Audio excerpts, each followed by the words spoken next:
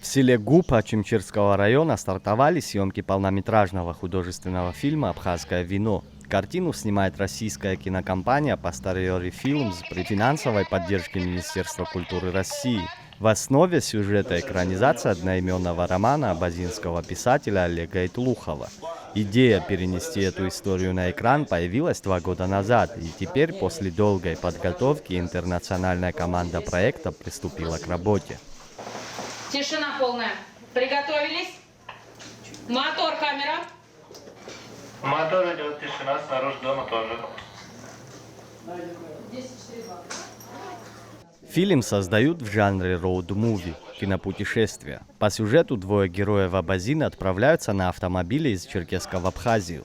Для главной героини Алины это поездка к началу своей истории. Спустя 15 лет после окончания Отечественной войны народа Абхазии она едет на могилу матери. Сопровождает девушку Мурат, тоже ветеран тех событий. Режиссером-постановщиком картины выступает Инар Нармания, а креативным продюсером Наур Гармеля. Создатели ленты подчеркивают, что они стремятся не просто использовать республику как красивый фон, а хотят рассказать местную историю силами абхазских специалистов. Идея возникла 2 года тому назад, идея экранизации. И сам автор обратился к нам, так как он считал, что эту историю должен снимать абхазский режиссер. И, собственно, Инар и есть абхазский режиссер. Это его полнометражный дебют. Группа по киношным меркам не самая большая.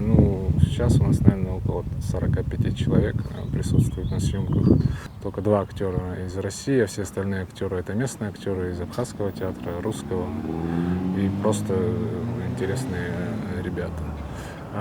У нас такая задача была, чтобы все больше и больше вовлекать Абхазию, в съемочный процесс, чтобы здесь не просто площадка для съемок была, но в том числе мы могли делать абхазские истории с абхазскими специалистами.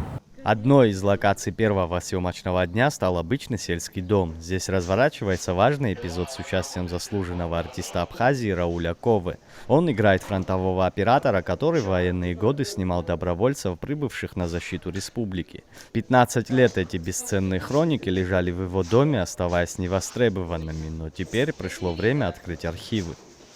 Все это мы проходили же. Те, кто повзрослее, они все это помнят.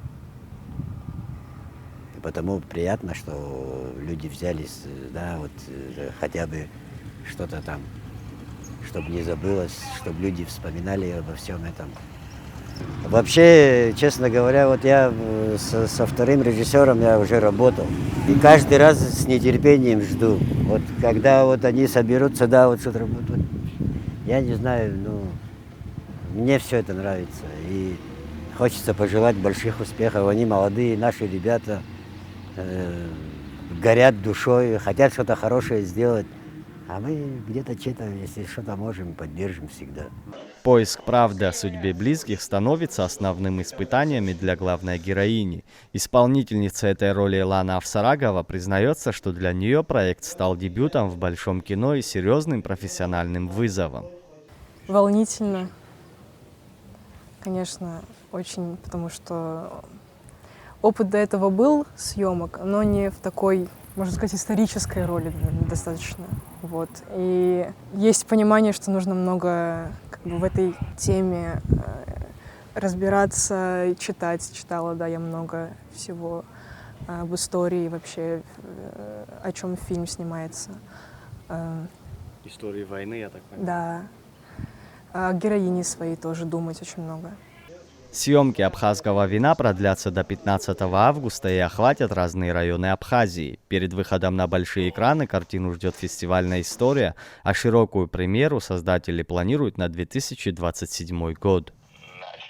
Заур Кварча, Владимир Капуза, Абаза ТВ.